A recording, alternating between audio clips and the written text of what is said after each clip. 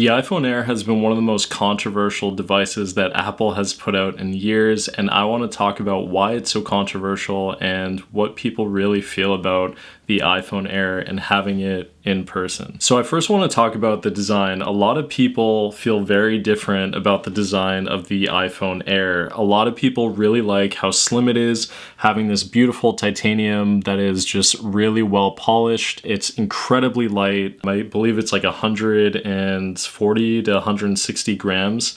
And it is just an incredible device and it feels really premium, but some people do not like how thin it is and obviously missing some of the hardware that other iPhones that are cheaper have. So one of those issues is that if you have the iPhone 17, you're getting 2 cameras, you're having another speaker, you're having better battery life compared to a phone that is more expensive, that is thinner, and you're missing some of those features. And I think a lot of people feel very divided because when new phones come out, people want to say what the best phone is and people have opinions.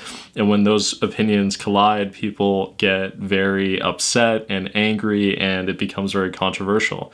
Now, in my personal opinion, I think this design is amazing. I really love what they did and they actually created a device that's different for once. And that's something that I really appreciate that Apple finally released. However, I do think that this iPhone Air should have had another camera, if not a wide angle lens attached to it. And I also do think that they could have easily put another speaker in there, to be quite honest with you. So I do understand both sides, but if I had to say, I think this design is really, really good. And I think it's great for people to have an option for a thinner phone that actually has titanium compared to the aluminum on some other models. Now let's talk about price. Now the iPhone Air clearly is more expensive than the iPhone 17. And the argument that a lot of people say is, how come you're paying more money for a device where you're missing out on features compared to an iPhone that is less money and can arguably do the same thing and have a better battery life? And I think that's a very valid point. If you look at the iPhone 17, it literally has the same exact specs. It has a smaller display, but it does have another speaker and it does have another camera attached to it. So the argument is, why would you pay more money for less features? Now, using the iPhone Air, having this for about close to 2 weeks now, I have to say, I think the reason why you could make an argument against that is because of, one, just the really premium feel and just how incredibly light this phone is. And I think it's a lot more minimalistic compared to the iPhone 17. But again, the America that we're living in today, you want the most out of what you're spending, and I think it's a very valid point. And I do think the iPhone Air was too expensive this year. I do think it should have been at least maybe $100 more than the iPhone 17, but I do think this was way overpriced compared to the iPhone 17. So I think it's a really valid point. I think if the Air is going to continue as a model for Apple, I do think that they need to give it more of a reason for people to want to go with that phone. I think the selling point for this phone this year was just how incredibly light it is and not needing all these pro features on a device. But again, for the iPhone 17, it's like you're getting all these things for a lower price. So I guess in a way, does it really make sense? I guess that's up to you to decide. Next thing I want to talk about is overheating. So a lot of people make these claims that the iPhone Air has all of this overheating, that it's super hot. That is honestly not true. I've not experienced any overheating. I've edited videos in 4K, I've recorded in 4K, I've done some heavy gaming. I have not had any overheating issues. So I think a lot of those comments, I don't really know where they're coming from. However, I do want to note that on the top of the device where the housing is, so this part right here, you are going to notice more heat on this portion of the phone compared to down here, because pretty much everything is up here compared to down here where this is pretty much all the battery.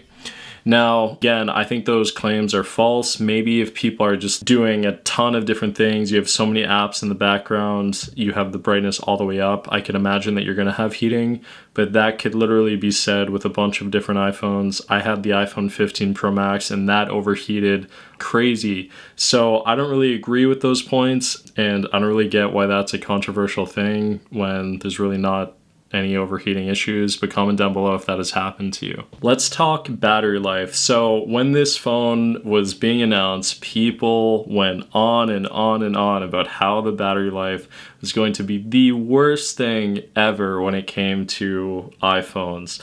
And I'll be honest, all those theories, all those comments that people made, this iPhone is incredible when it comes to battery life. I would never expect battery life from this thin of a device to last me an entire day.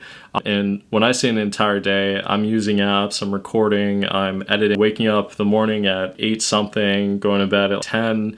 This phone still has battery without me even charging it. So I do think that over time, your battery does get better in the sense of when you first get your device and then over time. But the question is, down the line, is this phone going to still have a decent battery life in the course of a year or two? And I think that's a good argument to make, but we don't really know. And I guess we would have to see a year or two down the line, does this battery hold up over time?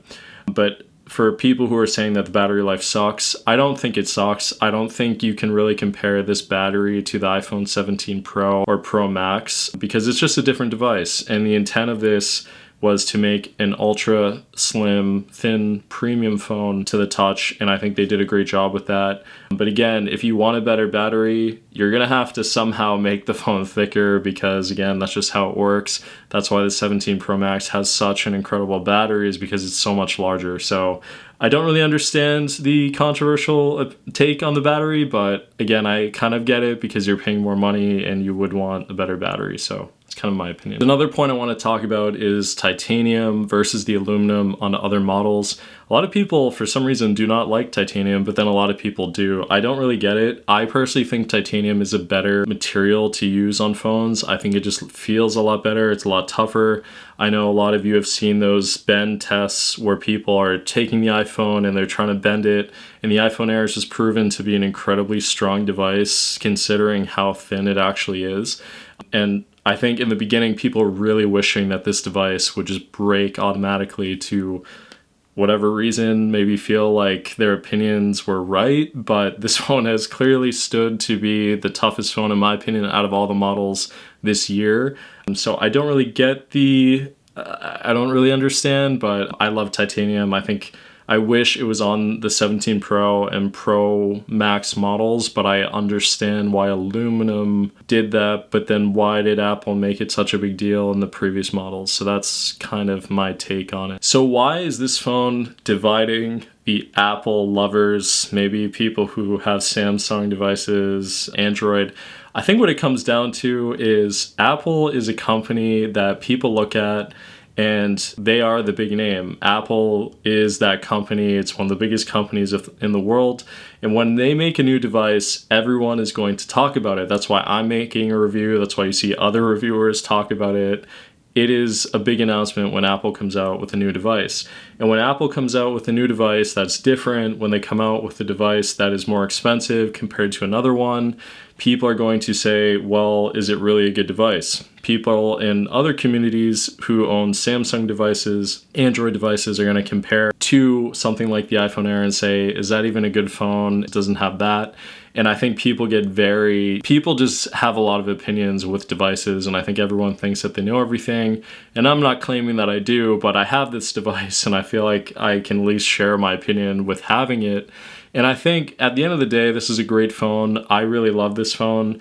I've already made videos about why I'm switching to the 17 Pro, and it's just because as a creator, I need an extra camera. But if I didn't, I honestly would keep the iPhone Air. I think it's an incredible device. It's ultra slim, really thin, amazing to hold in your hand. It's incredibly light.